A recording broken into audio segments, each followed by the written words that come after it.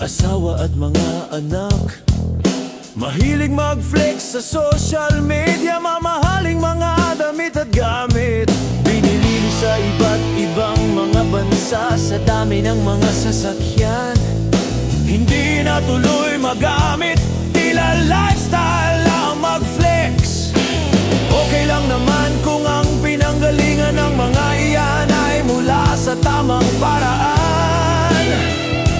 Dahil sila ay mga politiko, hindi maiwasan isipin natin na baka ang mga ito ay galing sa korupsyon, para maipakita nila na tapat sila sa kanilang tungkulin at hindi galing sa nakaw. Ay linabas ang kanilang mga salin.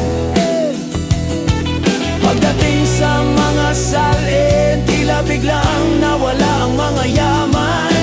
Mayaman sa social media, pero hindi sa salin. Bakit hindi nila ito ginawa? Pati ba naman dito lolokohin pa tayo?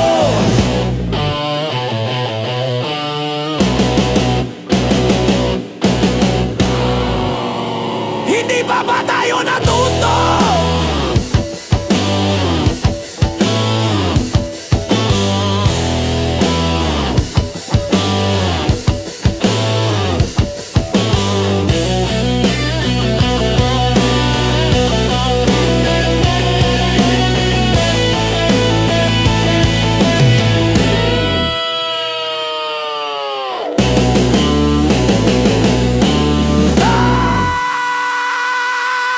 Lagi na lang natin silang niluluklok sa pwesto sa susunod na eleksyon.